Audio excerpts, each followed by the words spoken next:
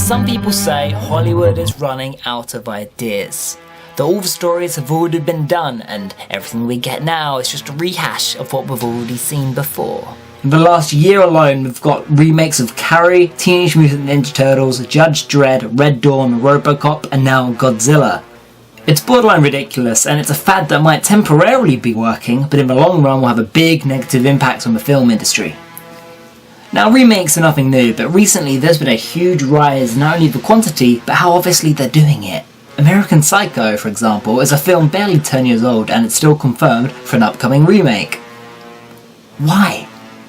The film's about the condition of the 1980s and has Christian Bale in the lead role, so what's the point? Hey, Paul! The most current and obvious example of this would be the upcoming Godzilla. This film is stirring a lot of positive excitement, but should it? 1954's Godzilla follows a giant monster mutated by radiation who ravages Japan and just has a all-round grand old time, going on to become the most famous monster movie ever. So there's something. I'm personally quite excited for this remake. I'll definitely go see it, but no matter how good it is, it won't be able to carry off the meaning of the original.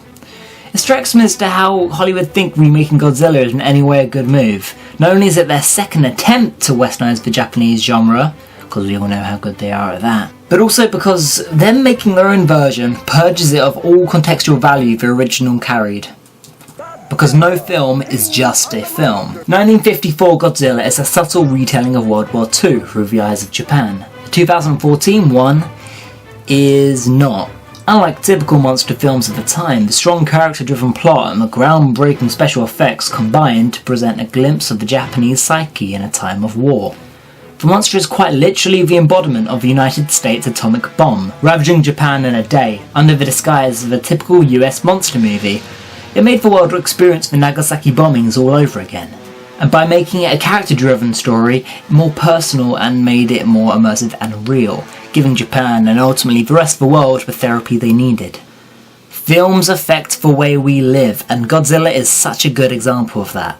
So in that respect, it seems ironic and pretty damn disrespectful that America choose to remake this flick with Manhattan and Matthew fucking Broderick. That's a lot of fish. Yeah, that is a lot of fish.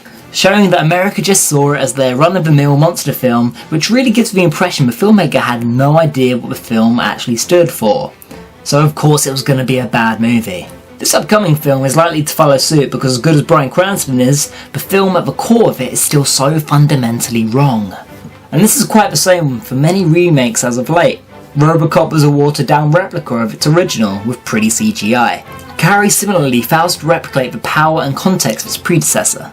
The breakdown slaughter at the end is more surprising and more visually impressive in the old one. The original was also known for what might be known as the first official jump scare ever, making audiences run screaming out of cinemas back in the day. It looks very tame now, but can the 2013 Carrie compare? No, obviously not, because it lives in the jump scare artificial horror age where this has become the norm. So much so that in the end, it doesn't even try to do the jump scare, it just replaces it with a corny CGI effect. And that really just says it all. To be totally honest, there's a good reason for all of this. It probably comes down to the money. In current Hollywood, you can sell a film on a well-known premise and some cool expensive effects, because this has been proven time and time again. It's an effective way to make a profit without having to develop a new storyline. Fair enough, but in simpler terms, it's an easy way out. It's a common thought that all media now is postmodern. All works are just pastiche and montages of other ideas and films that have come before it. Unconsciously or not, there are no new ideas. Whilst this is a scary prospect, it's not one that should shock any moviegoer. The real problem is, if the industry has stopped trying to hide this fact and is so blatantly rebranding the same movies, then when will it end? When will new stories be thought up, and why should they? We're on dangerous ground right now. But you know, then again, there are exceptions to this rule. We live in an age where famous film icons are repackaged and recast every few years or so, and we're totally fine with it. We've come to expect that Batman will constantly change his face or tell the same origin story time and time again. Oh look, there's another one. Although there'll be another Sherlock Holmes for every generation. But now that's just considered the norm. One could argue adaptations are equally as bad. retelling the same story but putting it on a big screen for people who are too lazy to read? For me personally, this is where I have to disagree, and this is where I draw the line. Look around. The majority of your favourite films are probably adaptations of something, from books or comics or TV. They are so commonplace now that it's become an acceptable method of filmmaking. The thing that sets it apart is that they can be good in their own right for their own reasons.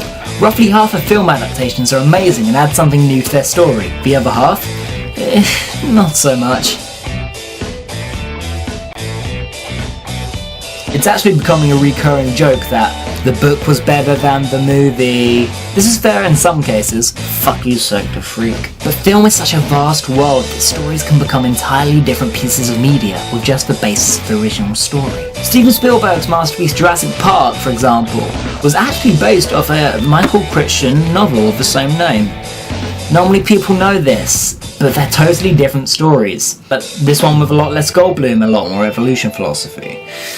You look at both stories compared, and other than a bad park full of dinosaurs as the setup, they have basically nothing in common.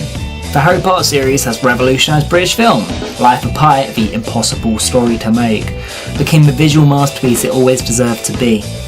Lord of the Rings changed a genre and turned that old impossibly long fantasy book into an amazing trilogy of film that changed the genre. And also still very impossibly long. There have also been just as many downfalls. In many cases, adaptations are actually quite risky as the makers of the film can't capture everyone's vision of this pre-existing world that they've read about. Like, that is definitely not Darren Chan. That is not what the Chaos Theatre looks like, and that is not fucking Deadpool. So there are obvious pros and cons. Despite this, clearly the medium and the full combination of all the elements of film offer so much more than just audio or text can provide on their own. I'm not calling film the ultimate media form. Hell, in a few years' time, that title might even belong to video games.